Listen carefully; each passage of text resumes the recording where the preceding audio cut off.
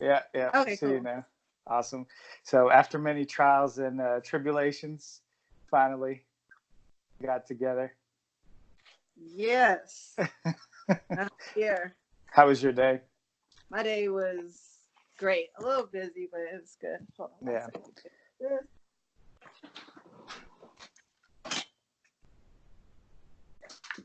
Okay. So set this up too. Ah, don't fall over. Oh man. All right. So I basically like it. I was like rushing down the street trying to get home so we can do this podcast. Do you have a dog or anything? The dog, no, no pets. No pets at all? Uh-uh. How come? You just don't like animals? No, I think they're really cute. It's just I don't really have time to take care of them and stuff like that. Yeah, And I yeah. travel things, so So how did you get into fitness in general? let's see. Well, I've been like an athlete my whole life, so I've been running track since I was like 6 years old. But Track, huh? yeah, for University of Georgia, I ran track in Okay. college, all throughout high school and everything.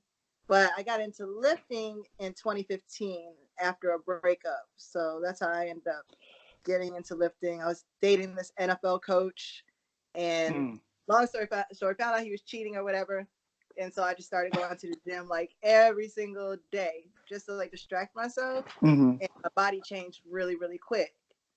So that was like in May of 2015. By June, I was like walking around a like GNC or something like that looking for supplements and things. And people were like, "Oh, so you must compete. What do you compete in?" And I was like, "Compete what?" I didn't Hmm. understand what they were talking about. And then I ended up finding out what it was. And I decided to do a show. And then I did my first show October of 2015. So like 5 months later, I did my first show. So it's interesting that you mentioned that you were doing track. I find that like there's several people that come across, especially like on the female side Mm-hmm. in bodybuilding or whatever you want to call it, like figure, and they're all prior like track athletes. What's up with that? Like, do you have any ideas on that? I don't know. I mean, I'm not sure our leg development because I think because of track though is very good. My Hmm. legs developed really fast when I was, training and everything for my first figure show. And I'm not exactly sure what the correlation is, but maybe just being athletes and having always done it. We're not afraid of the gym. We're not afraid to Right. lift and things. So it just kind of comes naturally to us. Have you like always stayed kind of lean all the time, like for the most part, or not? Not so much. You mean before I started like Yeah, working? before you started lifting, yeah. Like, were you always Uh, like on the leaner side? I've always had an athletic build. I always, even before I started lifting, everybody could tell I was a track runner. I always Hmm. had uh, thicker lower bottom, so you could tell I was athletic. But when I started to work out and things like that, my body started to change. Then it was like super obvious. But before I wouldn't work out, I would drink soda, I would eat bad, and people still look at me and they're like, "Oh man, you must work out all the time." Like I never work out, Yeah. and So, so I guess I always had an athletic look to me. so did you? I'm assuming since you said you had like a more muscular development, I'm assuming you ran like you sprinted. It Oh wasn't long. yes, Yeah. Okay. Because usually like long distance runners, they're usually like very long and lanky and yeah. not much muscle on them at all. And then the sprinters tend to be like a lot thicker. Yes. For that I don't kind even of. do cardio at all. At all. Like not even when I was competing, I did like right before a show I might do minimal cardio, but Hmm. even as competitor I wasn't doing cardio, I was just lifting. Okay. So, I mean, it's obvious you've got like good genetics. Did your parents ever like work out or Oh compete yeah. or anything My like that? my dad, he did some bodybuilding. And I've seen pictures of it and stuff. Like he looked amazing too, which is crazy. And my mom, she ran track, played basketball. So my dad played Hmm. football. So So you come from like an athletic family, I oh guess, yeah, for in sure. general. So, Definitely. so you said your dad did some bodybuilding. Would he be like in the same time frame as Arnold, those guys, or would that be like a little too far for him? He didn't. No, my dad's 54, 54. So Oh he yeah. didn't So do that. He was in the military, so he did like little gotcha. competitions with the military, but not like Nothing of yeah, that no on that archery scene. or. So your family Now, from Georgia originally? Are you? my dad is from Aiken, South Carolina, and my mom is from Coatesville, Pennsylvania. Oh, okay. They Okay. met in the So military. gotcha. So your mom's in the military too, then? When they met, yes. Yeah, yeah. Cool. So kind of like you started competing, and did you said you used to compete? I think I noticed you mentioned that. Do you not compete anymore? Absolutely not. So what was the reason behind that? Why I stopped? Yeah. Let's see. When I started competing, it was an accident. I really was like, okay, let me just try and do this show. And I did my first show October of 2015. It's like 5 months after I started lifting. And then I won, and I did my second show 2 weeks later, and I won that. And then I was like, I'm gonna go to nationals and try it because Miami Nationals is coming up. So I went to nationals and I placed fourth, and I didn't expect to do that well. Yeah, that's really good. Do that well, like right out the block, and I only been lifting for 6 months. Right. So I was like, okay, well, so I guess I'm good at it. So I just trained my behind off for the next year and went back to Miami Nationals the next year, and I went pro on that show. I won. So you do have your pro card. Yeah, I won. That's cool. November 2016, I went pro, and then I did Miami, my Tampa Pro in 2017, summer of 2017, and then just after that, as I'm going through all this, my social media just kept growing. I had 6,000 followers May of 2015. By the end of that same year, I had 100,000. So just from posting my videos and things like that. But as my social media grew, I kept getting more brand deals and sponsorships and things like that. And that was great. But what I noticed is I wasn't getting a lot of lifestyle brands because I was so muscular and so cut and so lean. I could easily maintain under 10% body fat year round without even trying, without even dieting. And I was so muscular. So I noticed that I could make more money with my social media platform if I wasn't like shredded to pieces, if I wasn't like so hard looking. And there was just such a huge difference between like that look and as I got softer and stuff, or off season, I would notice I would make more money, get more brand deals and stuff. So I wanted, competing and stuff doesn't make you any money. That's not a lucrative business to be in unless you're a Kai Green or a Phil Heath or something. Right. And so it wasn't worth it to me. So what did you compete in? What division? Figure? Figure, yeah. So it's interesting. So it's more of like a financial decision to stop competing and just focus on, the business side of it. It was definitely a financial thing, and I'm a single mother as well, so I do have a daughter. So definitely financial, and definitely just one. Just personal too. I didn't want to look like that anymore. It was just too hard, too shredded, too much. And when you get on the pro level, that's a whole totally different animal. You have to stay lean all year. You have to be working out. There's just certain things that come along with it, and it just wasn't for me. That's interesting that you said that you didn't get as many sponsorships, like being harder. Normally I would think that it would be the opposite because you're like kind of in the fitness field. You would, the more muscular and ripped you look, I would think the more people would be interested. But you're saying it's like the opposite, right? It's opposite for women. And also you have to understand that like the average person, the bodybuilding community is so niche and so small. There's 1% of the population does what we do. Right. And then everybody else are regular people. So there's more money in marketing to people, the average person who wants to lose weight, or average person who wants to get a bigger booty or whatever. Most women don't want to look like that. No woman wants to have shredded abs and pecs and cap shoulders and things like that. Women don't want to look like that. So when they were coming to my social media page, they're like, dang, like she looks good and she's fit, but I don't want to look like that. Right. So they thought that like you couldn't offer them anything because you looked too muscular, like for what they weren't looking for something like that. And then once you kind of started to soften up, then you started to get more. Right. And there's more people on this side of the spectrum than the bodybuilder side. And on the bodybuilder side, we're not asking each other for tips or for programs. Right. We already know. It's everybody else in America who doesn't know how to do it. That's where your money comes from.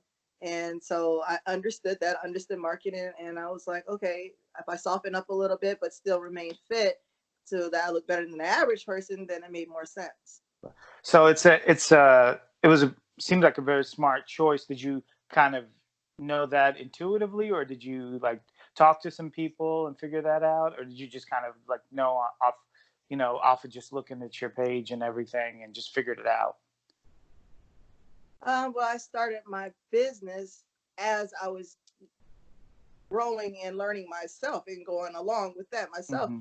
So I would get, messages and stuff. People wanted to join my programs and things like that. They'd be like, "Oh my God, you look amazing! Like that's so amazing." But I want to look good, but I don't want to look like that. Or like, no offense. Right. And I just noticed as I went along, like that would be what they would say and stuff. And I would notice in the off season, I would be my pictures would be reposted more, and I'll be on different pages, and that's how my page grew because people Mm-hmm. would like my look and they would repost my picture, so I would get more followers and this, and I would get more followers Mm-hmm. and things like that. So I just noticed that the softer I am, I did get a lot of sponsorships in as far as bodybuilding was concerned. When I was doing, I didn't pay for one suit, not one suit. I didn't pay for nationals for my flights or anything. I had a supplement sponsor who paid me a salary monthly. So in Mm-hmm. that field, I did do well. But in order to make, when I wanted to be softer and things like that, my supplement company was like, you need to get, a little leaner and da da da. And that wasn't something I Right. wanted to obtain because I was trying to Right. play both sides of the fence, and the other side Right. of the fence was just more lucrative. Yeah, it's just a high percentage, I guess, of people that are, going to reach out to you on the other side of the fence because you Yeah, kind there's more overweight people in the world than there is people who are 4% body fat. of right. So It's just math. yeah, oh, definitely that. So like, so what do you think about like the fitness industry as a whole in regards to, like, let's take A and B, like let's first question, let's just say like in the competitive scene and in the like the bodybuilding scene, like do you have any thoughts on it? You think it's going the right direction, the wrong direction? They're including a lot more divisions now. I assume since you competed, they've opened up more divisions, right? So like what do you think about all that? The sport is it's okay. The problem with the sport is one, it's a subjective sport, so it depends on how they feel that day, what they think fits into this and that. Sometimes it can be political, Mm-hmm. who has more sponsors, who's bringing in more money, Mm-hmm. who's the most popular, and things like that can affect different decisions. And then there's also, of course, trends in the sport. Sometimes they want the girls bigger. I noticed that the bikini division has gotten more looking like Mm-hmm. bigger division to me. Right. Like they're a little harder and stuff. Back when Ashley Kaltwasser is a really good friend of mine, 3-time Miss Bikini Olympia, but she hasn't won since her streak since he won back to back because they're looking for a harder, more muscular look, and then that makes the figure division harder, more muscular, and then the physique division so hard, more Mm-hmm. muscular since they got rid of the bodybuilding. When it's bodybuilding, but I think they're bringing it back. But Mm-hmm. then the physique girls got harder and bigger, and then now they're adding wellness, which is, I think they added the wellness in the men's. What is it? I think it was like talking about Physique. men's physique, and then they got um, what else What's did the they one have? between men's That's a physique good right now?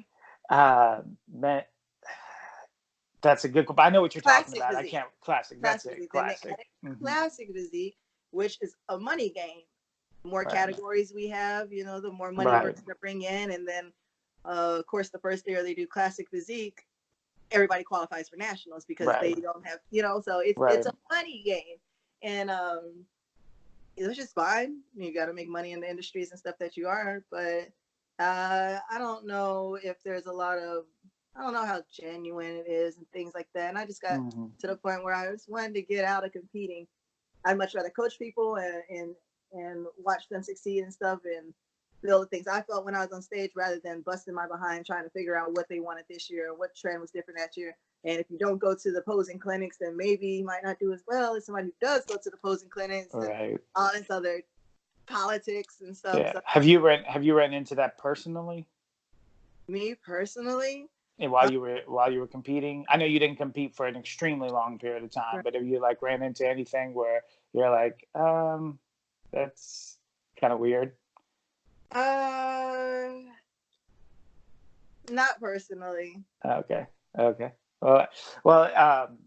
So anyway, about Ashley, I was pretty excited to hear that she was coming back, and Yes. I thought that she would run through the Division three time, Yeah. um, and when she didn't do nearly as well as I thought, I was like, wow, this is so odd. This is so odd. But I guess it's because, like you said, they're looking for a different look, and then there's politics involved. Although I would have thought Ashley being a three-time, Olympia champ, she would have had the politics part of it down. I would think the people would have wanted to see her win, But I guess, yeah, that was strange to see that. How does Ashley feel about it? Have you talked to her about it?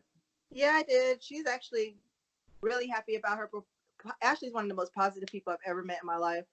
She's really happy about her performance. She was happy just to be there and everything like that. So she's a really positive person. She'll probably never let you in and to know how she really truly feels about Mm-hmm. certain things.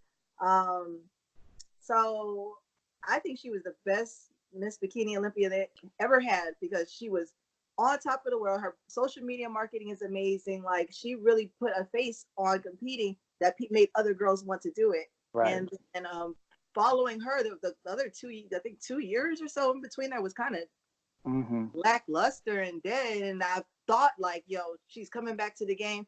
They better pick her, because like Mm-hmm. she made people want to compete and get on stage. But they're just looking for something different now. And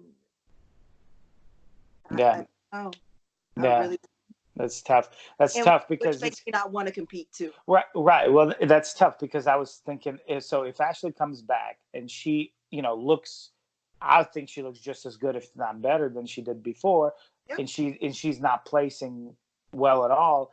I'm like, I mean, obviously this is her decision what she wants to do, but I'm thinking, why even bother, with competing? But I guess everybody makes their own decisions. So, I think she um, does it for the love of it. And then mhm. what looks to me to be the biggest difference, Ashley's a natural athlete. Mm. She's a natural athlete. And then when I look at What are you saying? Other people aren't natural? Is that what you're no, trying to say? I'm kidding. they're Obviously. not. And when you look at somebody like Ashley, she's a natural athlete. I know her personally. I'm Yeah, around her, yeah, yeah. trained with her. And then you look at the division getting harder, Hmm. drier, those things, certain things come along with that. That's just what it is. Sure. We know what it is. And if that's what you have to do to win, then there's certain people that are not going to win. Yeah. So it's not just anabolic chicken that they're eating. Yeah. Yeah, no, that's what it is. And I think she Yeah. looks amazing for what she does. And I think that's what bikini should look like. Yeah, yeah. I mean, like I said, I thought she looked good, and the fact that you're saying she's natural, I mean, that's even more of a testament to her, Yes. um, you know, to her abilities. But so about as far as like the other side of fitness, the non-competitive side, like just in general in society, like what have you like noticed? I know you said you're dealing with a lot of lifestyle people, so Yeah. like what do you see the most, like coming your way for assistance or help? With women now, there's a big booty trend. Everybody wants the small waist and the big booty. And the problem with the industry right now and social media, the world and everything is that there's so many build-a-bears out there. Like everybody's these social media influencers and celebrities go out and get their bodies done. They're getting the fat sucked out their waist and getting it put into their hips and their butts. And then they get on Instagram and say, oh, buy my program for $99 so I can show you how to get a small waist and a big butt. Yeah, And you went to a doctor, which of is not course. fair to these other women out there really looking at these people like thinking it's natural and thinking they can attain that, and it's not attainable. Hmm.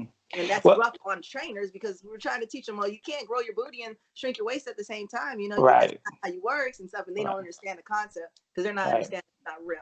Yeah. Well, even like in the in on the male side, I'll hear lots of people, and I don't, I'm not a trainer or anything like that, but I do obviously give people tips that ask me. And a lot of times you'll hear people trying to do opposite things, like, oh, I want to get shredded, but get bigger. And it's like, well, it doesn't, it's, It those doesn't are work two, like that. different strategies. Like you can't, like, how are you going to, you know, but it's hard to explain that to somebody, you know, that doesn't really understand that. And especially with like dealing with things like surgeries and you know, in plastic surgeries, to me personally, especially like if it gets to the point where it's real ridiculous, which usually it does, you can tell that's not natural. Yeah, But some people, they still get fooled by that. And to me, I'm puzzled. Like I don't understand how you cannot see that this is not real. But you know, that's how society is. It's like they want like something so fast. that's And what's wrong with society. They want the yeah, instant gratification. They see it on the TV and they want it. They think they can get it fast. Oh, she just put on different lipsticks, so her lips are plump overnight. Does that even, if right, people really thought and used common sense, they would know that Kylie Jenner's lips are not real. But right, people have put this hope out there and wanted to think that if right. I put on 6 different color lipsticks, I'm gonna have big lips like Kylie Jenner. And it's just not reality. And Yeah, they want to believe it. Like they want to believe they that do. it can be done, and it's like no, no, it can't. It's not humanly possible. So what do you do when you run into things like that, where when someone comes and tells you that, do you just try to educate them? Do people take it well, or Yeah, you know? I'm honest. I'm very honest. I'm like, you can't drink some flat tummy tea and think that you're gonna lose weight overnight. Think your waist is gonna get small and your butt's Hmm. gonna get big. It's not a real thing. It's not reality. And I explain those things to my clients. Some of them are shocked, or most of them like, I didn't think it was real, but I just had to ask. And a lot of Hmm. them do know. They know it's not a thing, but they're curious to know if it could work for them. And Yeah. So they know somewhere in their head. yeah, like somewhere that they're you know, they're battling with it, I guess. Yeah. What do you think about, just a personal question? What do you think about waist trainers? Do you think they work? They're crap. I did a whole video on waist trainers. I keep trying to tell people that all it does is compresses. It compresses the Right. skin, it compresses the muscle.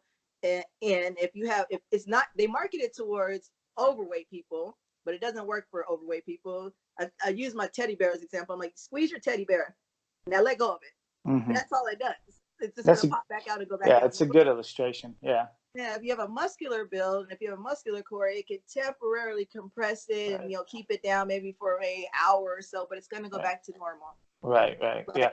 To uh, me, it appeared a lot like a corset, like what women used to wear, like back in the day, corset to basically just shrink you up. But it's like, but as soon as you take it off, I mean, your body goes back to whatever it was, you know, that's the prior to thing with that. So, corset training. You have to do that for hours. So women who corset train, the reason why they're able to take it off and leave it off for a little while and still look like their waist is mhm. snatched is because they wear them for like corset training starts with like wear it 5 hours a day. Then you can take it off. Then wear it 8 hours a day. These women are wearing these things up to 20 hours a day. They might take it off to do an interview or something like that for those TV shows and stuff to show, oh yeah, I corset train, I look great. But as soon as they get off stage, they're putting those corsets back on I in didn't order even to, know. I yeah, didn't even know that's still a thing. So you telling me there's yes. like actually like corset training now going on? Women corset train, but they have to keep it on for hours. They usually never really take them off. They usually sleep in them and everything. And their body's so out of whack by then. I'm sure they get the boobs done. Their boobs are huge. They actually need that corset to keep their body in line at that point. But I Well, mean, it's crazy. that can't be good for your internal organs, I imagine, because you're pushing on your liver, your kidney, all that stuff is, you know, getting moved around and places where it shouldn't be, you know, stays there for hours. I'm Yeah, sure it's not that's good not for them. that's not that's not healthy. I'm sure So, it's not. so in all your like training and everything that you kind of run into, your track, your lifting and all that, do you ever dealt with any kind of like injuries, or you've been pretty injury free most of your career? Actually, this August 2019, I ruptured my Achilles tendon. Ooh, Yeah, it's on Instagram. There's a video of it. ooh, Yep. that's rough. I actually went through it, and it wasn't. I was upset when the injury happened because I was Hmm. thinking like, oh, I'm gonna be out for a long time and all this other stuff. But I really bounced back and got back in action really good. I had a great doctor, did a great Hmm. surgery. For people who do deal with that, have the surgery because you recover and get back to things faster than just trying to put a cast on it Yeah. and let it like try to heal itself, it's better to have the surgery because I was right back at it. I had a buddy that popped it playing basketball. Did it like a Mhm. fast twitch type of movement, and then just heard a pop, and that was it. He was on the ground. So it's yeah, he was not happy to say the least. So who did your surgery for the Achilles? I have, oh gosh, I can't remember his name at the moment. I think it's Dr. Thompson, I think, but At what hospital was it? it was in Maryland. I went to a Okay. doctor in Maryland. I had a recommendation from another friend who was a Hmm. doctor. So I went to this doctor in And Maryland. he did a good job. He did a great job. How long did the surgery take?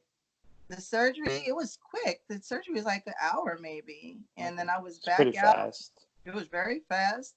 I was right back out, and I was supposed to have I had a cast on for a week, and I had a soft cast on for a week, and I had a regular cast on for a week, and then after that, I was supposed to wear a boot for 6 weeks, but I didn't do it. Mm. And I went right back to working out. Like right, I think I was down for like 2 weeks, and I went back to working out. Just 2 weeks. Yeah. You weren't afraid it was gonna pop again? Well, Yeah. after I got my cast off, it was, you know how they put you in like this pointed position, like a ballerina. Your foot's pointed. Right. After they take your cast off, and so your foot's pointed in this downward position. But it was so stiff after I got my cast off, and I felt like if I kept it in the boot and kept it stiff, that it was going to take even longer for me to recover and get back to normal. Plus, I'm hard headed. So I just started using the bands and stuff, stretching out and trying to get the flexibility back in it. And that helped me to recover faster by not sitting around letting it be stiff. Did you take any kind of like, did the doctor or you, like, did the doctor recommend, I should say, or you take any like supplements to help recover, anything like that? Or it was just nothing really would help with that? Nothing. Nothing. I didn't even take my pain medication or anything like that. I really just forced myself. I got my bands, and I did my own physical therapy and everything. Okay, so that was going to be my other question. You didn't do any kind of physical therapy outside of what you were doing? Nope, just my own. I'm hard headed. Cool. I'm telling you this. I do not like being down. I do not like being not being active. I got back to it as soon as I could, and I literally was back in the gym with my little scooter, scooting along and doing my workouts, and I didn't care. So I guess you would just do like upper body then for the most of the time. No, I was doing leg extensions. I was doing hamstring curls and everything. Oh, I got you. So yeah, nothing where you put your foot on. No, not until about 4 weeks after surgery. Gotcha. 4 weeks after surgery, and I was standing on it. I got me a brace, and I stood on it, and I was good. I'm hard-headed, though. I'm super hard-headed. So, as far as like your training and the people that you train, do you only do lifestyle, or do you do any kind of prep? Like, do you prep anybody for shows? I'm sorry. I didn't hear the question. I said, do you mostly do lifestyle, or do you do anybody that prepping for shows, or is it just lifestyle? I do have some clients that I prep. I'm sorry, is this can you still see me? Yeah. Okay, cool. I do prep some clients and things like that. I try not to take on a lot at the same time, though, just for the simple fact that prep clients are super needy. Yeah. They're super needy. They whine about things. They're this hurts, that hurts. They're hungry and they're this. So I don't like to take on a lot of prep clients at a time because I understood it. Because when I was competing, I always thought something was wrong with me because I was hungry or tired or something like that. So I do prep some clients, but I mostly do lifestyle clients just because there's more of them. Just mainly people that are overweight. They're trying to lose weight. Is that like the majority of what you're dealing with? I have overweight clients, but because of like the way my Instagram is set up and the way like what I'm known for, I'm like the bodybuilding queen, as everybody called me, glute goddess, queen of glutes, all this other stuff like that. So I actually have a lot of women who are on the smaller side who want to get thicker or bigger and stuff. I have a lot of those clients, and that's actually my favorite. My favorite is building clients up. Weight loss clients are great; they're amazing and everything like that. But I really like to build women. Because I love lifting women. Yeah. That's cool. How many clients do you keep like per, a period of time? Like how many, the top amount of clients do you have, like as far as the number, do you like to keep? Well, the way my programs are structured is different. So I have in-person clients, and then I have clients that my online program is structured to the masses. So I create different programs. My company is called the Fitness University. Mm-hmm. So I structure my classes. I have a freshman program, which is like a beginner's level, a sophomore program, which is a little harder, shorter rest periods and stuff, but you can still do them at home. Junior program and a senior program, which is the gym program, where you have to be in the gym, all those things like that. Mm-hmm. And so my programs are structured to the masses. I have a macro calculator on there, so they can go in there, put their information in. It breaks down their macros, and I give them their proteins, fats, carbs, and the way to structure their meal plan, so that instead of doing custom meal plans and all this stuff, because one that takes more time, and you're gonna have less clients because they need more attention from you and stuff. I structure it to where they can follow their macro plan, and I give them options, food options, so that they're not stuck on a really strict diet, but they have more options and they're able to sign up for the program. So I could easily have 1,000 people doing my program at one time. But I see. Okay. But it's because there's, it's structured to the point where they go and they log in, the videos pop up, the macro calculator's there, the meal plan's already there for them, supplement guides there. If they need me, it looks like almost like a little Facebook thing, and they go on there and talk to me on the feed and everything like that, and they can talk to each other and motivate each other.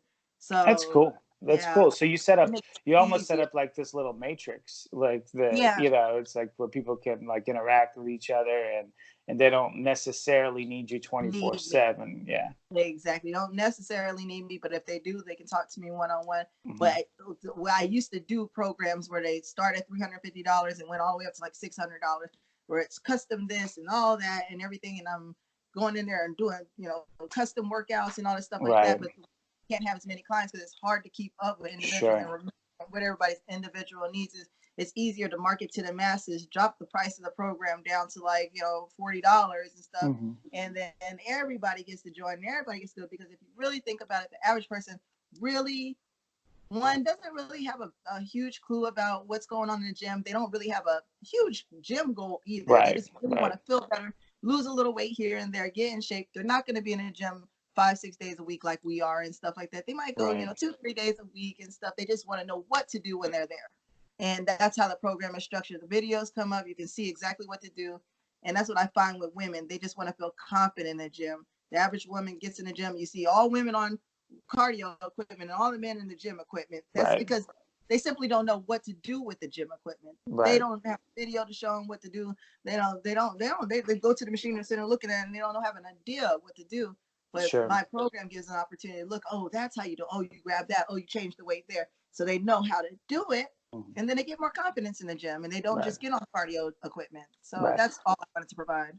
Well, you got to think, if you don't know what you're doing, to come up there into the area where everyone, is lifting, it's very intimidating, for somebody to do, male or female. It's hard to bring yourself to do that. It's much easier just to go ahead and just stay on that treadmill machine. But you're not going to get the same results, It's like, I remember when I was younger and I didn't quite understand fitness as a whole, I would think, oh, well, the more cardio I'll do, like I'll just focus only on cardio, I'll lose like body fat. But it's like I got a little smaller, but but my shape was still the same. Like, so it wasn't until I started actually lifting that I actually started changing like my structure, so a lot of people don't understand that. So, but so at this point, like you said that you kind of structured it like a university. So you said there's like a freshman and a sophomore. Is there like a junior and a senior one too? I'm sorry. It was breaking up a little. Okay. What was the question? You said there was a freshman and a sophomore. Is there a junior and senior? Is that like kind of when you go up to that level? So what would a senior like program look like? Okay, so the freshman program is all body weight. It's all body weight, so they can do that in no gym, no equipment. That's how I market the program. So a lot of women don't want to go to the gym and stuff because they're embarrassed to go to the gym or don't want to be around people and stuff. That program works for them. No gym, no equipment. They can follow their macro program. They'll lose weight, but I let them know, like, you can't gain muscle doing body weight workouts. You're not going to gain muscle. That's, but that's when you graduate to the next step and stuff. And then, the rest periods are like, 15 seconds or 20 seconds. I don't know, something like that. Right. And then it goes to the sophomore program, shorter rest period. So it's going to pick up the pace. I add bands to it. So now some of the workouts have bands, some of the exercises don't have bands. So now they're getting a little more resistance in the program. And they're like, okay, that's getting them used to get them, pumped up, and they're going to get ready for the next level. Junior program is all resistance bands or light dumbbells. So they're going to have, this is when they're introducing dumbbells and resistance bands. So that now they know what it feels like to start trying to like put on some muscles, start using this equipment, see what it looks like. And then the senior program is a gym program. This is going to incorporate bands, but mostly cables and barbells and dumbbells and stuff like that. Mm-hmm. So this is when they're going to move to the gym program, the senior program. That's the hardcore stuff. This is when they're going to learn how to use their equipment, reps and sets, not just timed like hit type programs, Right. And that's when it moves to more. And then I'm coming out with the graduate program. That's going to be the booty program for the graduates and everything. It's going to be all about the buns, isolations, all those things like that, so they can really learn how to pump it up. That's cool. It looks like you're like already thinking ahead, what you can do next. Yeah. So you have to, because it's always, everybody's on different fitness levels and people look at you for different influences and stuff. So not everybody's like a beginner, or not everybody's ready for the gym. So they're looking at the girls who are like senior program, what's up? How we going to get these cakes, girl? I want to get the booty now. And they're like, what's next? So I always have to be thinking ahead of my clients, because they want to know, the ultimate goal right now, everybody wants a booty and a small waist. That's it. That's the fad right now. Yeah. Period. So yeah. So do you do any kind of training in person, or everything is online essentially? So previously I was in Atlanta, Georgia, and they have a lot of independent gyms there. So I'm able to do that. So when I do take on clients, when I was down there, I had to move to Virginia, had like a situation, or with a family situation, moved to Virginia for a little while. So I've been here for about a year, but I'm going back down to Atlanta.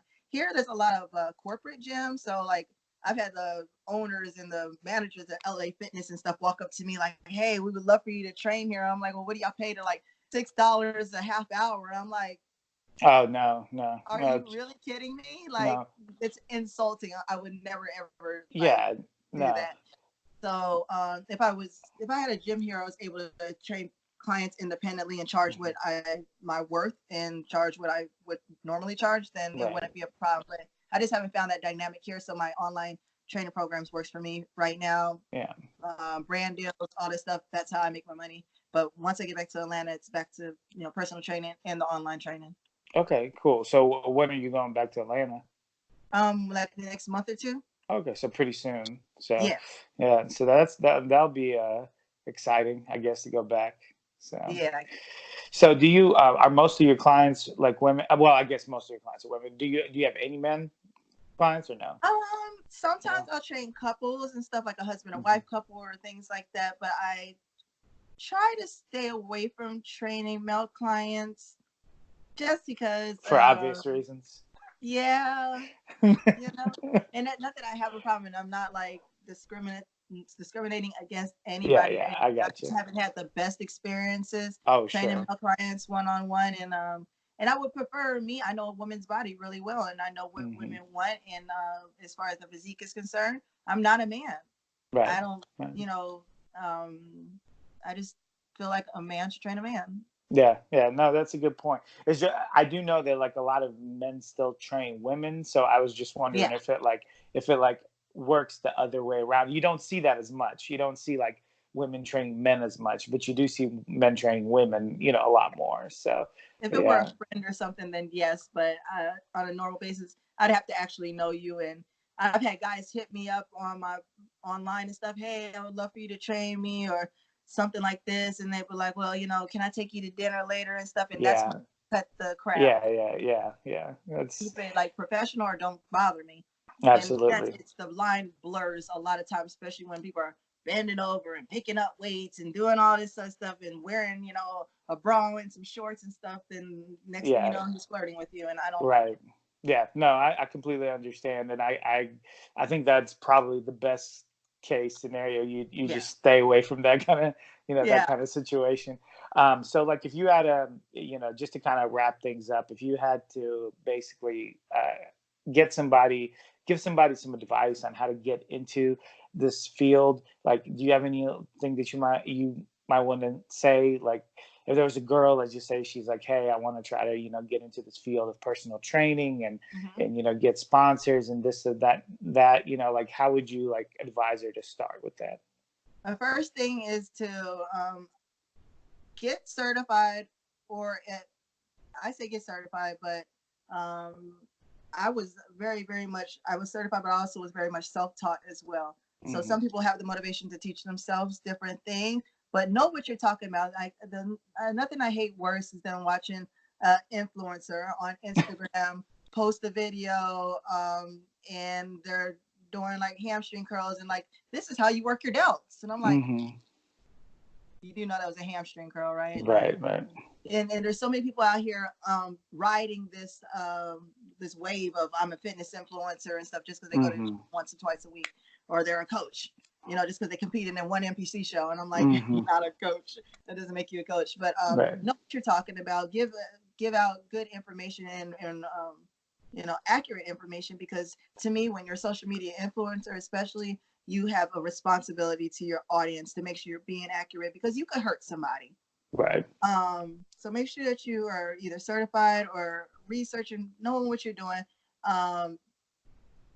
And that's the start of it, really, honestly. Mm-hmm. As far as then, I can go way more into it when it comes to social media, but that's all marketing and building your brand, making sure your page looks a certain way, putting up quality posts, quality content, making sure it's clear and crisp and things, making sure your captions are thorough and stuff. And that's how you build your following and build your brand. Mm-hmm. Shares amongst other pages, larger pages, is how you grow your audience and stuff like that. Building relationships with other influencers and larger shout out pages or influencer pages. So there's so much I could go into depending on what subject Yeah. we're talking about. That sounds But like sounds like a college course that you're oh trying to yes, like teach. the fitness university. I am the fitness university. I can tell you anything you want to know about it. But That's yeah. funny. So, but at what point do you? So, like, I was talking to another guy, and he was saying, like, initially, you shouldn't charge like anybody anything. Do you agree with that? Like, you should No, just.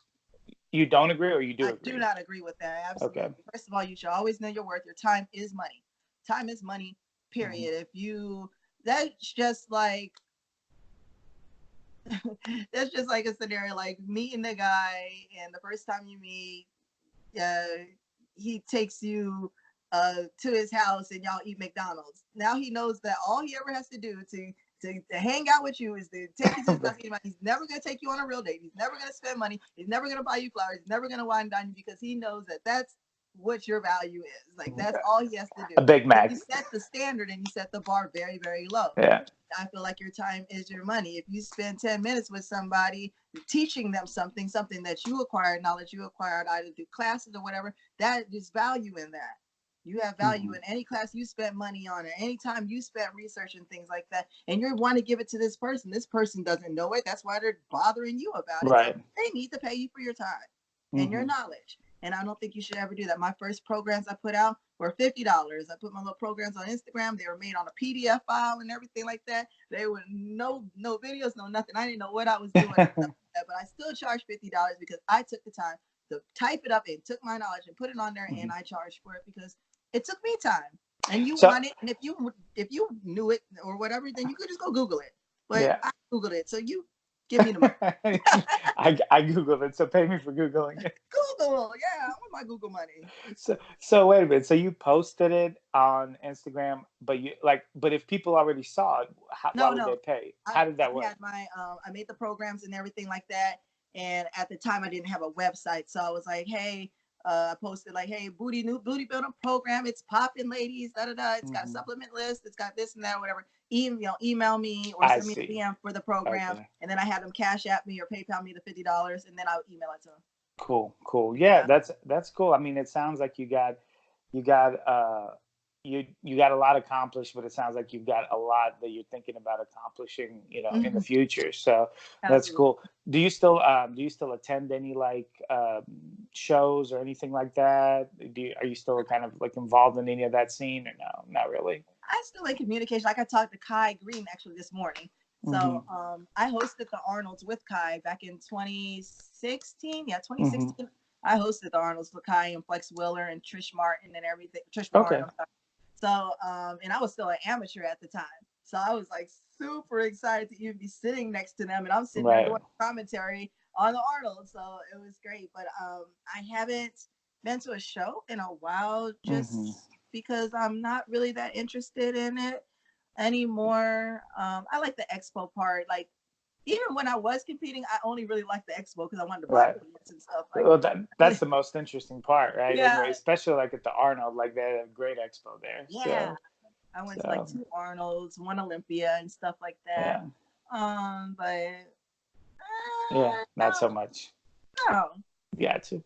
Sounds like you've transcended well, everybody that I grew up with, like as far as competing, you know, when I came in the game at 2015, there was a group of us, and there was this girl, Ashley. Her Instagram name is It's Ashby, and then there was Dev One Fit, Devin Mar, and then there was a few of us, and we all were like hopefuls, and we were all really good, and so we all went pro already.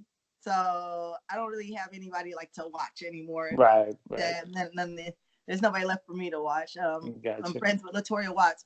She and I talk. Sydney Gillen's amazing. You know, all of them. They're amazing women, but everybody's pros now, and I don't even think Latoria competed this year. So she did. She competed in the last Olympia, and she came second. And then she's going to be competing in this Arnold, this upcoming one in March. Might have been. Okay. No, Candace. Candace is done. Yeah. Victoria did got second.